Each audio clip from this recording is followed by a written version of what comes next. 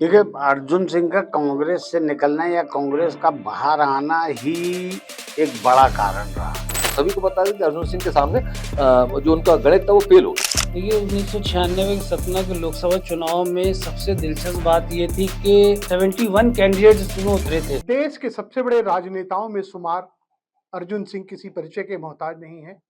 अर्जुन सिंह न केवल मध्य प्रदेश के मुख्यमंत्री थे बल्कि केंद्र सरकार में भी कई दफा मंत्री थे और कांग्रेस के बड़े नेता कहलाए जाते थे। अर्जुन सिंह को भारतीय राजनीति का चाणक्य भी कहा जाता था। तो अर्जुन सिंह कांग्रेस में लंबे समय तक रहे, लेकिन कहते हैं कि नरसिम्हा राव के साथ मतभेद के चलते उन्होंने अपनी नई पार्टी बनाई और उस पार्टी से उन्होंने चुनाव भी लड़ा। लेकिन ऐसा क्या हुआ कि इतने बड़े राजनेता मध्य प्रदेश में, जिनका मतलब इतना मजबूत स्तंभ, आधार स्तंभ था, उनके ही शिष्य दिग्विजय सिंह उस समय मुख्यमंत्री थे।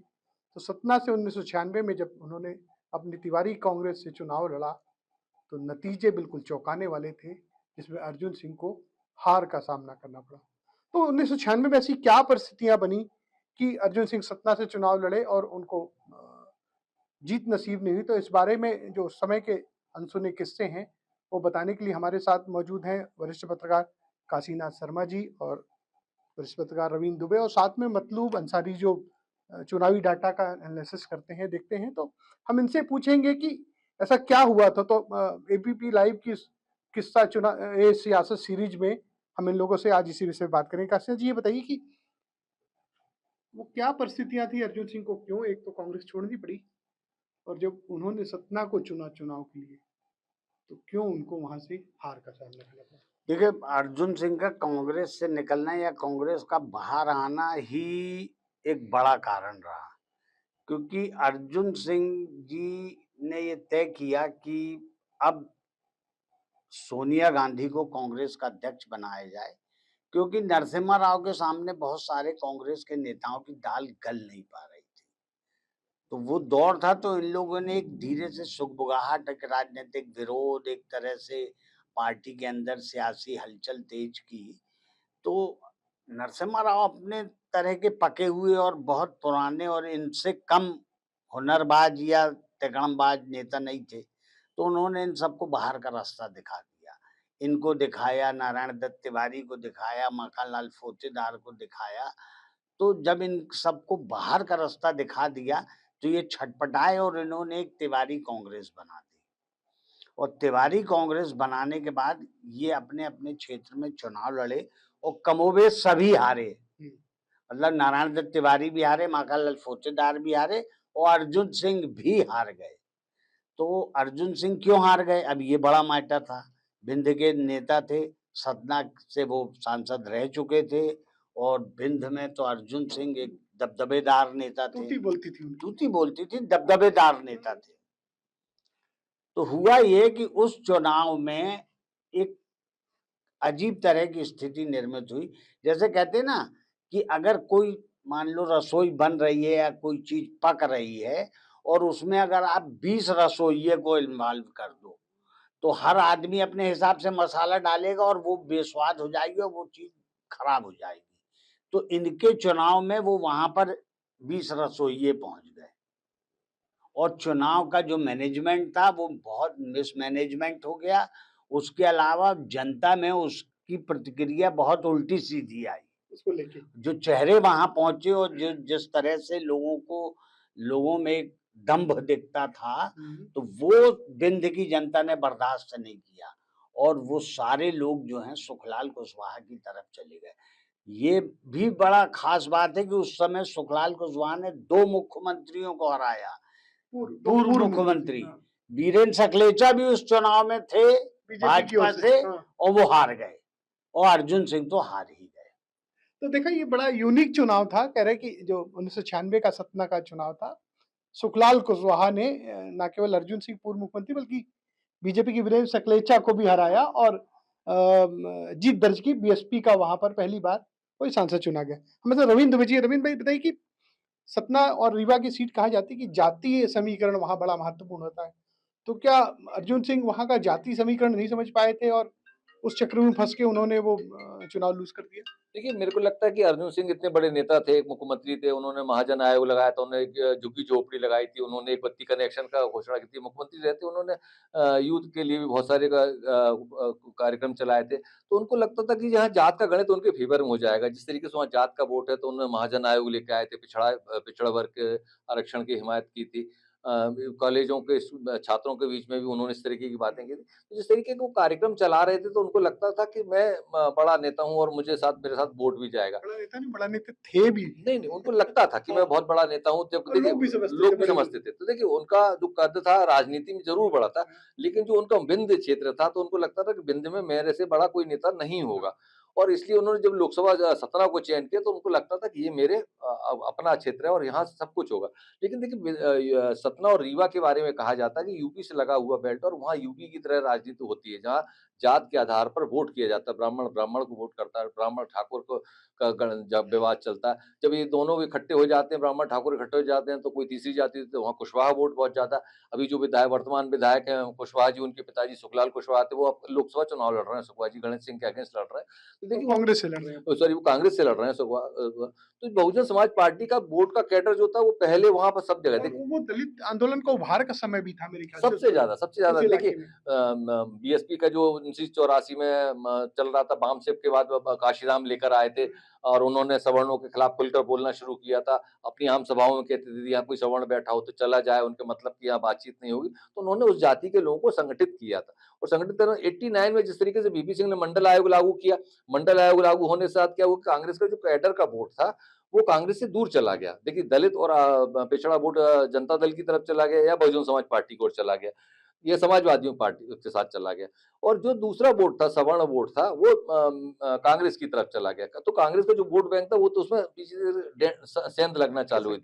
देखिए मंडल के साथ साथ कमंडल का भी चला था। तो जो मुसलमान वोट है, हम कहते हैं कि वहाँ पर सतना में ज्यादा मुसलमान वोट भी डिसाइडिंग स्थिति में ज्यादा मतदाता है, तो वो मुसलमानों को वोट कभी अर्जुन सिंह को लगता था कि ये सारा वोट मेरे को मिलेगा। मतलब उन्होंने एक अपनी मसीहा की इमेज बना रखी थी, उनको लगा कि मेरी इस इमेज के कारण मैं चुनाव, भले अलग पार्टी है नई पार्टी, जीत जाऊंगा। हाँ, उनको लगता था कि मैं गरीबों का मसीहा हूँ। देखिए उनकी छवि भी वैसी थी, वो जो एक बत्ती कनेक्शन दिया था, महाजन आयोग लेकर आए थे और उनकी सरकार में बहुत सारी ऐसी घोषणाएं हुई थी जो गरीबों के हित की थी। स्कूलों कॉलेजों में फीस को लेकर भी बहुत सारी अलग-अलग पट्टे दिए गए थे। 1900 सबसे ज्यादा पट्टे उन्हीं के कार्यकाल में दिए गए, मकान बनने बांटे गए। देखिए तो उसके बाद भी क्या हुआ कि वो जो वोट का ध्रुवीकरण जात के आधार पर हुआ, तो बहुजन समाज पार्टी का वोट जो एक साथ ध्रुवीकरण हो गया। बीजेपी का जो धर्म के नाम पर अगड़ा वोट था वो सकलेचा के लिए हो गया और थर्ड पोजीशन में चले गए अर्जुन सिंह। जो सारे लोग परिणाम आने के बाद बड़े भौचक्के थे कि अर्जुन सिंह कैसे थर्ड हो सकते हैं और कांग्रेस का प्रत्याशी चौथे नंबर पे चला गया था। उस चौथे नंबर, वो आंकड़े में तो एकदम एग्जैक्ट मुझे याद नहीं, लेकिन कांग्रेस चौथे नंबर पर खिसक गई थी।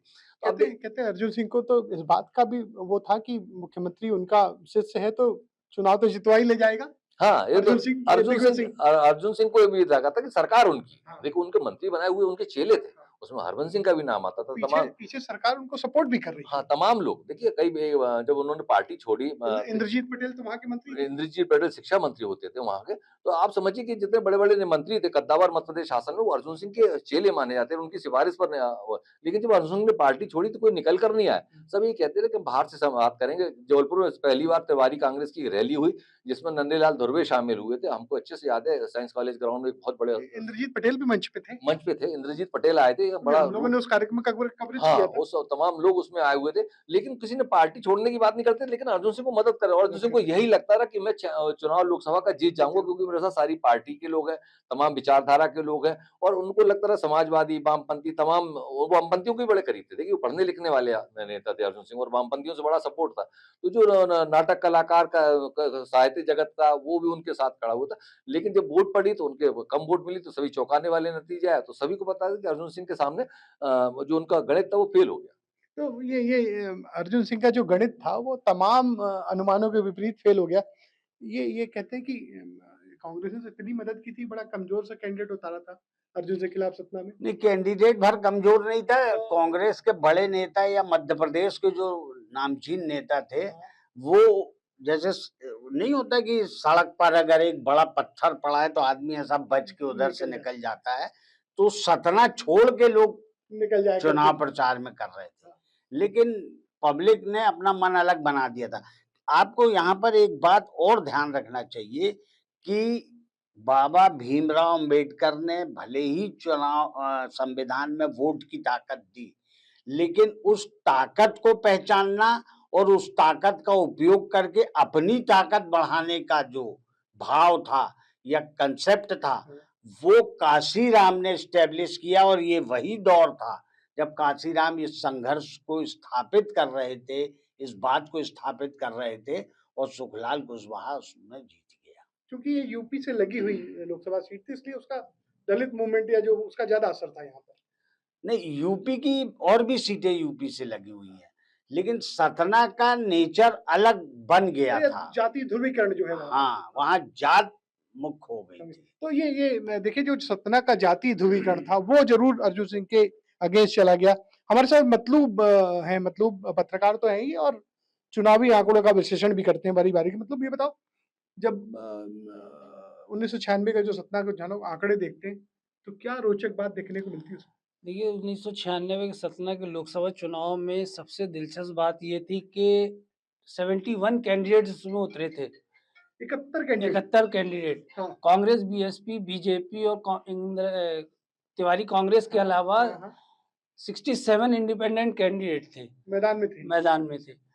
4 पार्टियों से और 67 इंडिपेंडेंट, और सबको 1000+ वोट मिले थे। हाँ, हाँ। एक ये जो वोट डिस्ट्रीब्यूट हुआ है, इसके कारण से भी अर्जुन सिंह को हार का सामना मतलब करना जो पड़ा ये था। वोटों का एक तरह से बंटवारा हो गया, वो अर्जुन सिंह के खिलाफ चला गया। और जीत का मार्जिन बहुत कम था। हम्म। जैसे बीएसपी के जो कुशवाहा जी जीते तो उनको 182 वोट्स मिले थे, 1,82,000, और जो बीजेपी के कैंडिडेट थे उनको 1,60,000 वोट मिले थे। अर्जुन सिंह को 1,25,000 वोट मिले, मार्जिन कम था, लेकिन इससे ज्यादा वोट इंडिपेंडेंट्स को मिले। अगर ओवरऑल कांग्रेस के टोसन सिंह थे, उनको 85,000 वोट मिले, कांग्रेस के पेटेंट मतलब एक तरह का नोटा हो गया था। नोटा हो गया। तो जो फैक्ट्स बता रहे हैं, एक बड़ा कारण यही था कि इंडिपेंडेंट कैंडिडेट की तादाद बहुत ज्यादा थी, इस कारण से वोट डिस्ट्रीब्यूट हुआ था। तो देखिए, ये जो सतना का चुनाव था, बड़ा इंटरेस्टिंग चुनाव था 1996 का। अर्जुन सिंह अपनी खुद की तिवारी कांग्रेस पार्टी से चुनाव लड़े थे, और जो जाति समीकरण था या जो वोटों का ध्रुवीकरण था या जिस तरह का वोटों का बंटवारा हुआ, वो उनके खिलाफ गया, और उनको एक अपने उफान के समय पे एक बुरी हार का सामना करना पड़ा। और इसके बाद न केवल 1996 का, बल्कि अगला जो चुनाव अर्जुन सिंह होशंगाबाद से कांग्रेस की टिकट पर लड़ने गए, वहां भी उनको एक नए कैंडिडेट सरताज सिंह के खिलाफ हार का सामना करना पड़ा। Ajay Tripathi, ABP news, Jabalpur.